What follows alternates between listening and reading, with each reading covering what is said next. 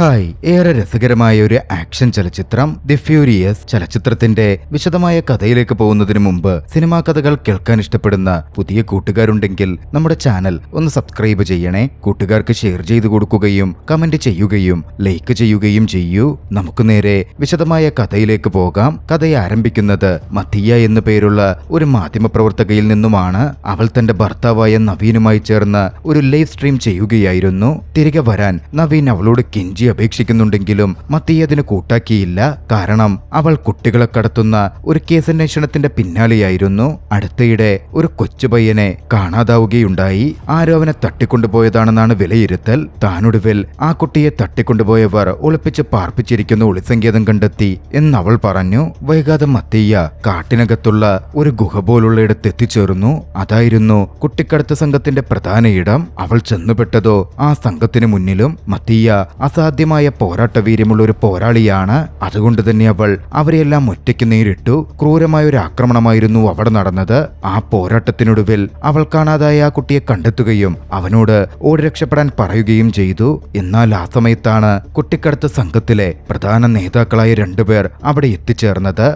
പാക്ലോങ് എന്നു പേരുള്ള അവരുടെ തലവൻ, ഒപ്പം അവന്റെ ക്രൂരനായ വലങ്കൈ അമ്പെയ്ത്ത് വിദഗ്ധനായ ടാക്ക് എന്ന വ്യക്തി. ടാക്ക് യാതൊരു ഭാവവ്യത്യാസവുമില്ലാതെ ശാന്തമായി തന്റെ അമ്പെടുത്ത് ആ കുട്ടിക്ക് നേരെ എയ്തു. അത് തറച്ചു കയറി ആ പയ്യനപ്പോൾ തന്നെ മരണപ്പെട്ടു. ഭയത്തോടെയും ദേഷ്യത്തോടെയും മത്തിയ ഇതൊക്കെ നോക്കി നിൽക്കുന്നുണ്ടെങ്കിലും അവൾക്കൊന്നും ചെയ്യാനാകുമായിരുന്നില്ല. ടാക്കടുത്ത് അമ്പുകൂടിയെടുത്ത് അവൾക്ക് നേരെ തൊടുത്ത് ലക്ഷ്യം വെച്ചു. എന്തു സംഭവിക്കുന്നു എന്ന് വ്യക്തമാകുന്നതിന് മുമ്പേ രംഗം ബ്ലാക്ക് ഔട്ട് ആകുന്നു.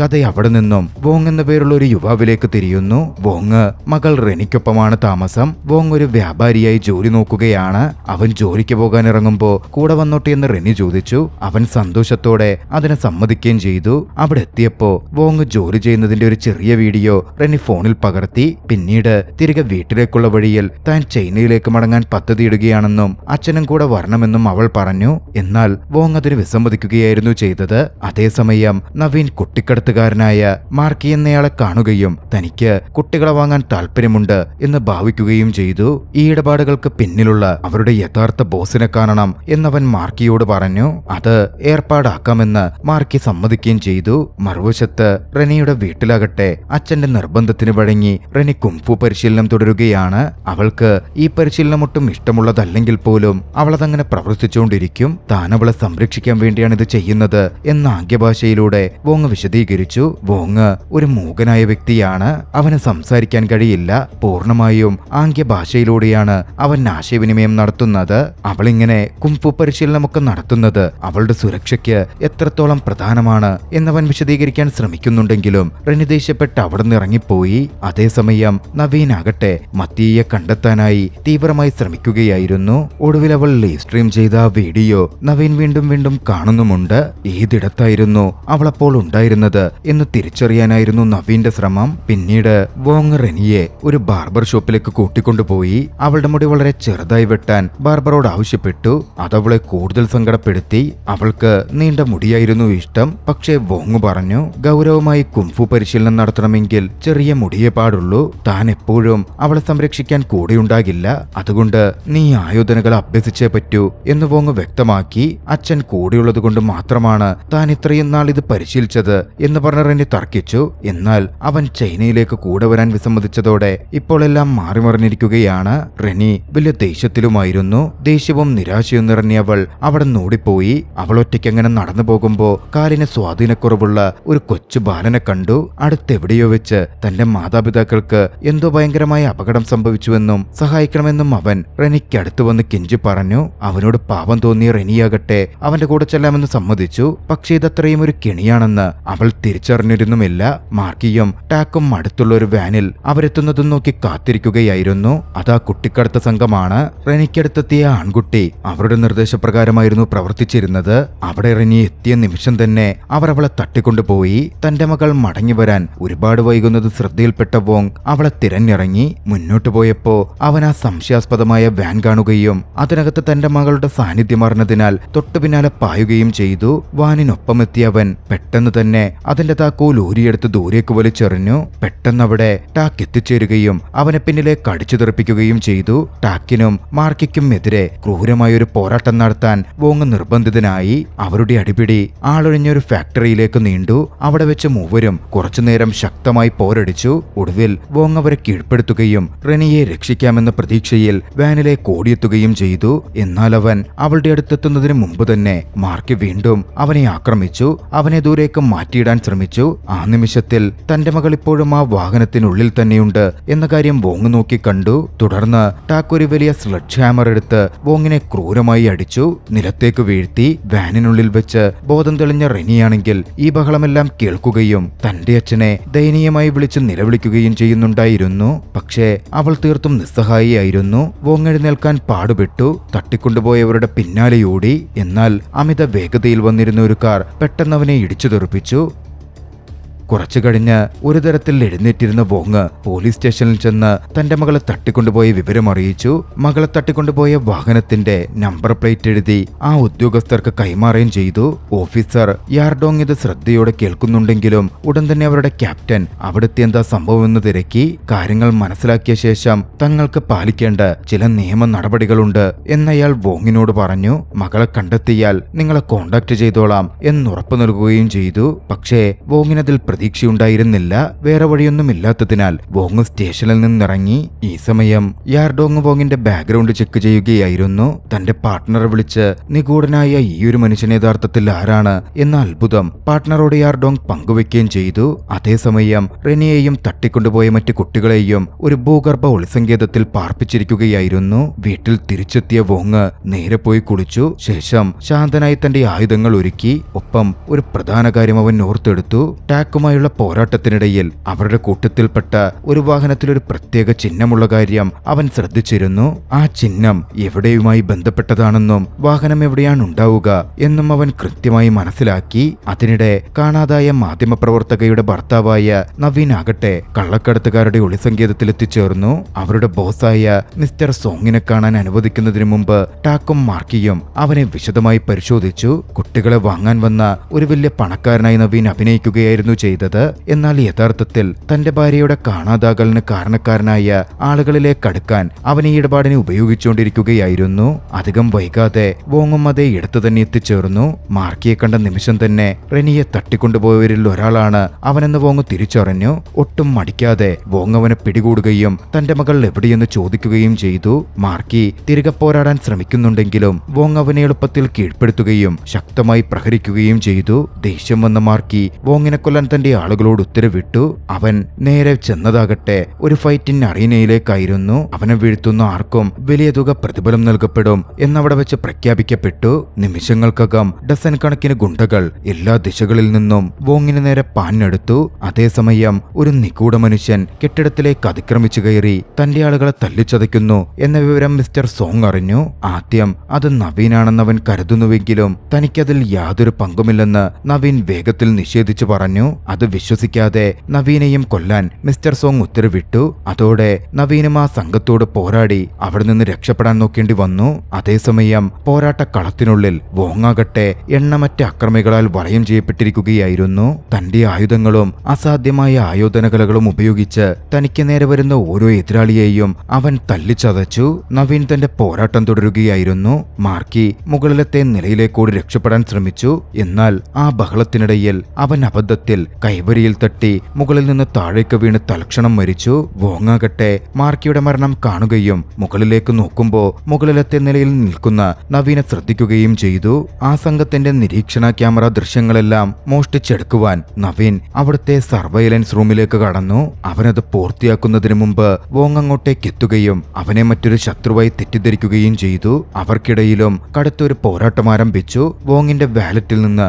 ഒരു കൊച്ചു പെൺകുട്ടിയുടെ ഫോട്ടോ താഴേക്ക് വീഴുന്നത് നവീൻ ശ്രദ്ധിച്ചപ്പോൾ മാത്രമാണ് ആ പോരാട്ടം നിന്നത്. വോങ് മിസ്റ്റർ സോങ്ങിന് വേണ്ടിയല്ല ജോലി ചെയ്യുന്നതെന്ന് അവൻ പെട്ടെന്ന് തിരിച്ചറിഞ്ഞു. താനും ഒരാളെ തിരയുകയാണെന്നും തങ്ങൾ രണ്ടുപേരും ഒരേ സംഘത്തിന്റെ പിന്നാലെയാണെന്നും അവൻ വോങ്ങിനോട് വിശദീകരിച്ചു. മറ്റൊരിടത്ത് മിസ്റ്റർ സോങ് വേറൊരു വെയർഹൌസിനുള്ളിൽ വെച്ച് മാർക്കിയെ ക്രൂരമായി പീഡിപ്പിക്കുകയായിരുന്നു. റെനിയെ തട്ടിക്കൊണ്ടുപോകാൻ സഹായിച്ച ആ മുടന്തനായ ആൺകുട്ടി അടുത്തു നിൽക്കുന്നുണ്ട്. ആ സമയം അവൻ യഥാർത്ഥത്തിൽ മാർക്കിയുടെ മകനാണെന്ന് അവിടെ വെച്ച് വെളിപ്പെട്ടു. മാർക്കി മാർക്കി തന്റെ ദൗത്യത്തിൽ പരാജയപ്പെട്ടതിനാൽ സാധ്യമായ ഏറ്റവും ക്രൂരമായ രീതിയിൽ അവനെ ശിക്ഷിക്കാൻ മിസ്റ്റർ സോങ് തീരുമാനിച്ചിരുന്നു. സ്വന്തം മകന്റെ മുന്നിൽ വെച്ച് അവൻ യാതൊരു മടിയുമില്ലാതെ മാർക്കിയെ വധിച്ചു.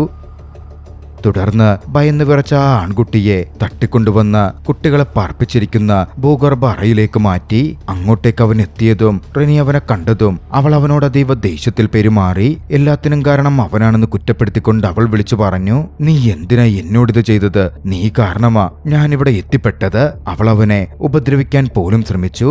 എന്നാൽ മറ്റു കുട്ടികൾ വേഗത്തിൽ അവരിരുവരെയും പിടിച്ചു മാറ്റി. അതേസമയം താൻ കഴിഞ്ഞ 2 മാസമായി കുട്ടികളെ തട്ടിക്കൊണ്ടുപോകുന്ന ഈ സംഘത്തെക്കുറിച്ച് അന്വേഷിക്കുകയാണെന്നും വോങ്ങിന്റെ പെട്ടെന്നുള്ള വരവ് തന്റെ മുഴുവൻ പദ്ധതിയെയും തകിടം മറിച്ചുവെന്നും നവീൻ വോങ്ങിനോട് വിശദീകരിച്ചു. തുടർന്നവൻ ടാക്കിന്റെ ഒരു ഫോട്ടോ വോങ്ങിനെ കാണിച്ചു. ഇവനെ നിനക്കറിയാമോ, തിരിച്ചറിയാൻ പറ്റുന്നുണ്ടോ എന്ന് ചോദിച്ചു. താൻ അവനെ തിരിച്ചറിയുന്നുണ്ടെന്ന് വോങ് ഉടൻ സ്ഥിരീകരിക്കുകയും ചെയ്തു. അടുത്തതായി വിവിധ സ്ഥലങ്ങളിൽ വെച്ച് കണ്ടിട്ടുള്ള ഒരു റെഫ്രിജറേറ്റഡ് ട്രക്കിന്റെ ചിത്രങ്ങൾ നവീൻ അവനെ കാണിച്ചു. വോങ് തനിക്കറിയാവുന്ന അറിവുകൾ വെച്ച് ആ സൂചനകൾ പരസ്പരം ബന്ധിപ്പിച്ചു. കുട്ടികൾ മിക്കവാറും ഒരു ഐസ് ഫാക്ടറിക്കുള്ളിലായിരിക്കും അവർ ഒളിപ്പിച്ചിരിക്കുക എന്നൊരു ഊഹം പറഞ്ഞു. വൈകാതെ സാഹചര്യങ്ങൾ പരിശോധിച്ചപ്പോൾ അവർ മനസ്സിലാക്കിയ ഐസ് ഫാക്ടറിയിലേക്ക് ഇരുവരും വന്നെത്തി. അവർ അകത്ത് കടന്നയുടൻ നവീൻ ടാക്കിനെ കാണുകയും ഉടൻ തന്നെ അവനെ ആക്രമിക്കുകയും ചെയ്തു. എന്നാൽ ടാക്ക് അങ്ങേയറ്റം അപകടകാരിയായ ഒരു എതിരാളിയാണ് എന്ന കാര്യം തെളിഞ്ഞു. അതേസമയം മിസ്റ്റർ സോങ് ഫാക്ടറിയിലെത്തി വെടിയുതിർക്കുന്നതും മറ്റും വോങ് ശ്രദ്ധിച്ചു. വോങ്ങും നവീനും ഒന്നിച്ച് ടാക്കിനെതിരെ തിരിഞ്ഞു. അവനെ വീഴ്ത്താൻ അവർ പാടുപെടുമ്പോൾ നീണ്ടതും ക്രൂരവുമായ ഒരു പോരാട്ടത്തിലേക്ക് അത് വഴിമാറി. അപ്പോഴാണ് വോങ് പെട്ടെന്ന് റെനിയുടേതായ ചില വസ്ത്രങ്ങൾ കണ്ടത്. തന്റെ മകൾ കൊല്ലപ്പെട്ടു എന്ന് വിശ്വസിച്ച് അവനതോടെ കോപാകുലനാവുകയും ടാക്കിനെ കൊല്ലണമെന്ന് ഉറപ്പോടെ ക്രൂരമായി തല്ലിച്ചതയ്ക്കുകയും ചെയ്തു. നവീൻ പെട്ടെന്ന് അവനെ തടഞ്ഞുകൊണ്ട് വിളിച്ചു പറഞ്ഞു, ഇത് ചെയ്യരുത്. നിന്റെ മകൾ ഇപ്പോഴും ജീവനോടെ ഉണ്ടാവാൻ സാധ്യതയുണ്ട്. അതിനിടെ ഒരു മൂകനായ മനുഷ്യൻ തന്റെ മകളെ തിരയുന്നുണ്ടെന്നും അവൻ മറ്റൊരു മനുഷ്യനോടൊപ്പം ചേർന്ന് പ്രവർത്തിക്കുകയാണെന്നും പോലീസ് ചീഫ് രഹസ്യമായി പാക്ലോങ്ങിനെ വിളിച്ചറിയിച്ചു. പോലീസ് ചീഫും അയാളുടെ കയ്യാളായിരുന്നു. ആ സമയത്ത് പാക്ലോങ് ആകട്ടെ ഗർഭിണിയായ തന്റെ ഭാര്യയോടൊപ്പമായിരുന്നു. പാക്ലോങ് ആണ് ഈ സംഘത്തിന്റെ പ്രധാന തലവൻ. മറുവശത്ത് വോങ്ങും നവീനും മിസ്റ്റർ സോങ്ങിനെ പിടികൂടി. തട്ടിക്കൊണ്ടുപോയ കുട്ടികളെ എവിടെയാണ് പാർപ്പിച്ചിരിക്കുന്നതെന്ന് ചോദിച്ച് നിരന്തരം ഷോക്കടിപ്പിച്ച് പീഡിപ്പിക്കാൻ തുടങ്ങി. ആദ്യം മിസ്റ്റർ സോങ് സംസാരിക്കാൻ വിസമ്മതിക്കുന്നുവെങ്കിലും സഹനീയമായ വേദന സഹിച്ചതിനു ശേഷം ഒടുവിൽ അവൻ മൊത്തമായി തകരുകയും കുട്ടികളെ സ്നേക് പിറ്റ് എന്നറിയപ്പെടുന്നിടത്താണ് സൂക്ഷിച്ചിരിക്കുന്നത് എന്ന് വെളിപ്പെടുത്തുകയും ചെയ്തു. ആ സ്ഥലത്തേക്ക് പ്രവേശിക്കുന്ന ആരും ഒരിക്കലും ജീവനോടെ തിരിച്ചു വരില്ല എന്നും അവൻ അവർക്ക് മുന്നറിയിപ്പ് നൽകി. അവർ പോകുന്നതിനു മുമ്പ് നവീൻ താൻ ഏറ്റവും കൂടുതൽ ഭയപ്പെട്ടിരുന്ന ആ ചോദ്യം ചോദിച്ചു. എന്റെ ഭാര്യ എവിടെയാണ്? താൻ അവളെ കൊന്നുവെന്നായിരുന്നു മിസ്റ്റർ സോങ് തണുപ്പൻ മട്ടിൽ പറഞ്ഞത്. ആ ഉത്തരം കേട്ട് പ്രകോപിതനായ നവീൻ തന്റെ ദേഷ്യം നിയന്ത്രിക്കാനാവാതെ അവനെ വീണ്ടും വീണ്ടും ഷോക്കടിപ്പിച്ചു. ഒളിസങ്കേതത്തിനുള്ളിൽ വെച്ച് റെനി രക്ഷപ്പെടാനുള്ള വഴി തിരയാൻ തുടങ്ങി. അതിൽ കാര്യമില്ലെന്നും നമ്മളാരും ഇവിടെ നിന്ന് ജീവനോടെ പുറത്തു പോകില്ലെന്നും കാലസുഖമില്ലാത്ത പയ്യൻ അവളോട് പറഞ്ഞു. റെനി പക്ഷെ പിന്മാറാൻ തയ്യാറായില്ല. നമ്മൾ ഒരു തവണയെങ്കിലും ശ്രമിച്ചു നോക്കണമെന്ന് അവൾ അവനോട് പറഞ്ഞു. തന്റെ അച്ഛൻ തന്റെ കൺമുമ്പിൽ വെച്ചാണ് കൊല്ലപ്പെട്ടതെന്നും ഇപ്പോൾ തനിക്ക് കുടുംബമൊന്നും അവശേഷിക്കുന്നില്ലെന്നും ആ പയ്യൻ സങ്കടത്തോടെ വിശദീകരിച്ചു. താൻ രക്ഷപ്പെട്ടാൽ പോലും തനിക്ക് പോകാൻ ഒരിടം പോലുമില്ല. റെനി അവനെ ആശ്വസിപ്പിക്കുകയും അവന് തന്നോടും തന്റെ അച്ഛനോടും ഒപ്പം വന്ന് താമസിക്കാം എന്ന് പറയുകയും ചെയ്തു.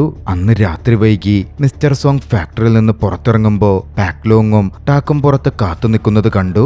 ഒരു വാക്കുപോലും പറയാതെ ടാക്ക് തൊടുത്ത അമ്പ് മിസ്റ്റർ സോങ്ങിനെ തൽക്ഷണം കൊലപ്പെടുത്തി. ഭയാനകമായ ആ സ്നേക് പിറ്റിനകത്ത് വെച്ച് റെനിയൊടുവിൽ പൂട്ട് തകർക്കാനും കുട്ടികളെ മോചിപ്പിക്കാനും ശ്രമിച്ചു. അതിൽ വിജയിക്കുകയും ചെയ്തു.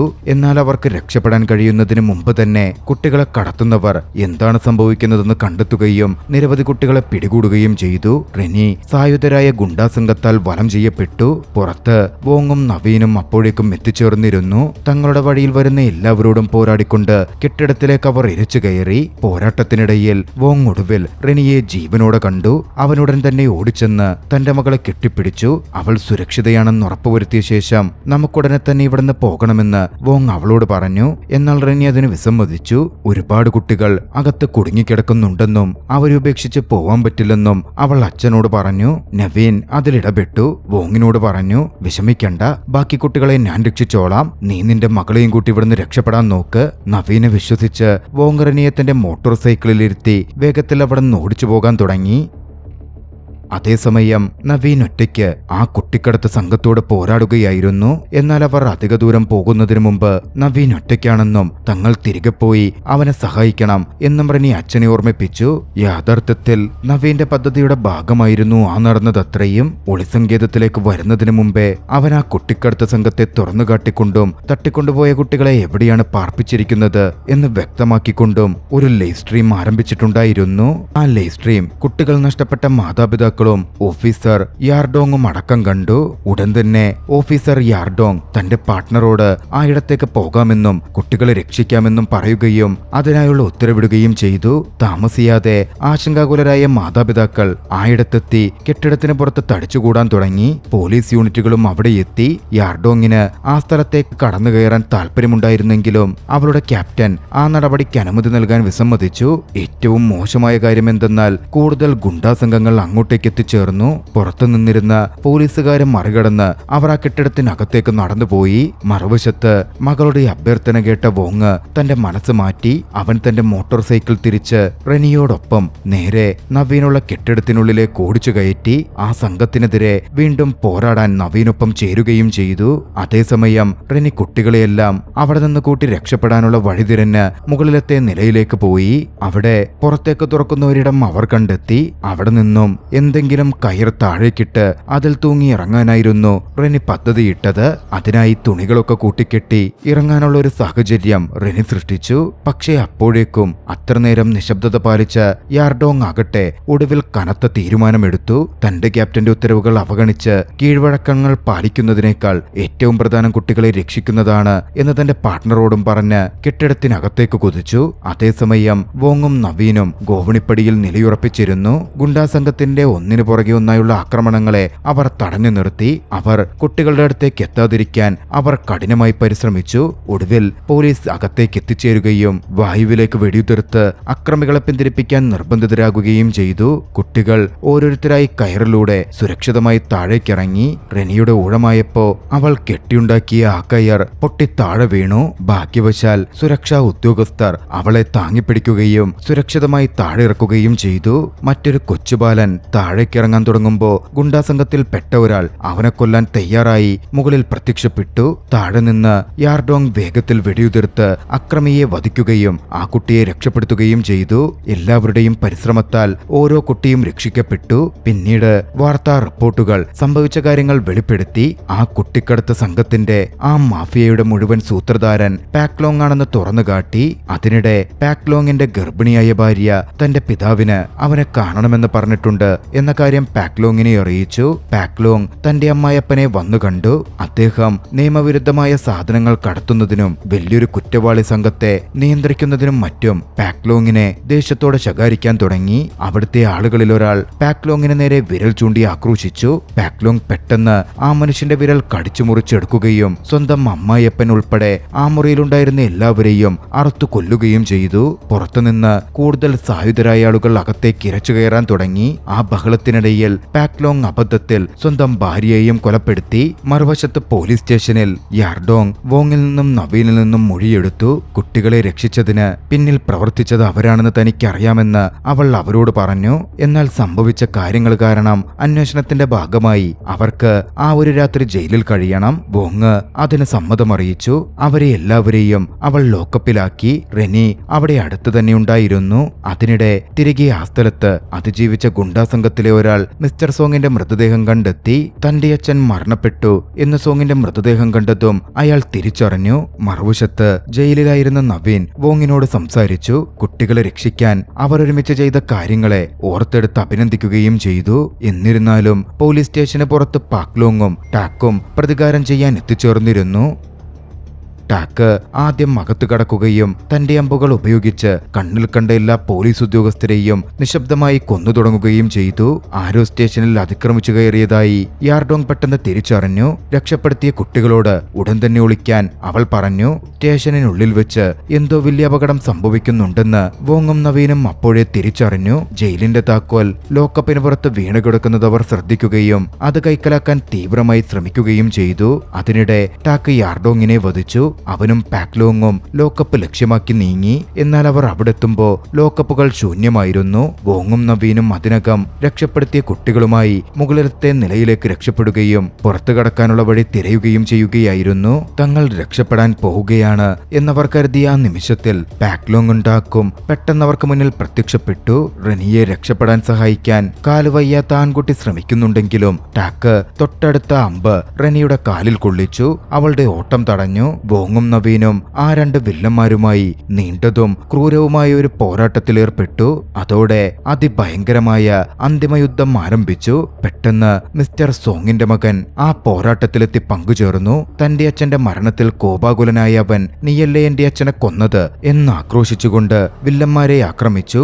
ആ 5 പേരും ആവുന്നത്ര ശക്തിയിൽ പരസ്പരം പോരാടുകയാണ്. ആ ബഹളത്തിനിടയിൽ നവീൻ ഒടുവിൽ ടാക്കിനെ നിലം പറ്റിച്ച് നേർക്കുനേർ നേരിടുന്ന കാര്യത്തിൽ വിജയിച്ചു. എന്നാൽ ടാക്കിന്റെ പരിക്കുകൾ ഗുരുതരമായതിനാൽ അവനും തൊട്ട് പിന്നാലെ മരണപ്പെട്ടു.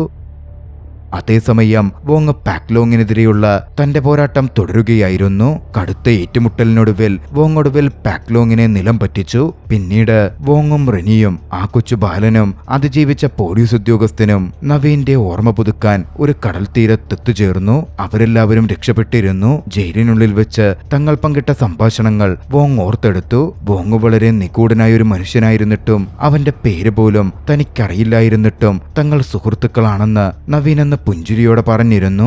ആ ഓർമ്മ പതുക്കെ മറഞ്ഞുപോയി. ഒടുവിൽ വോങ് കടൽ തീരത്ത് തന്റെ മകളുടെ അരികിലിരുന്ന് അവളുടെ അമ്മയെ താനെങ്ങനെ ആദ്യമായി കണ്ടുമുട്ടി എന്ന കഥ അവളോട് പറയാൻ തുടങ്ങി. ആ ദൃശ്യങ്ങളിൽ ചലച്ചിത്രം അവസാനിക്കുന്നു. രസകരമായ ഈ ഒരു ആക്ഷൻ ചലച്ചിത്രം നിങ്ങൾക്കിഷ്ടമായെങ്കിൽ വീഡിയോ ലൈക്ക് ചെയ്യുക. അഭിപ്രായങ്ങളും നിർദ്ദേശങ്ങളും കമന്റുകളിൽ രേഖപ്പെടുത്തുക. കഴിയുമെങ്കിൽ ചാനൽ സബ്സ്ക്രൈബ് ചെയ്തും കൂട്ടുകാർക്ക് ഷെയർ ചെയ്തു കൊടുത്തും ഞങ്ങളെ സപ്പോർട്ട് ചെയ്യുക. അടുത്ത എപ്പിസോഡിൽ മറ്റൊരു മികച്ച ചലച്ചിത്രവുമായി നമുക്ക് കണ്ടുമുട്ടാം. അതുവരെ ബൈ.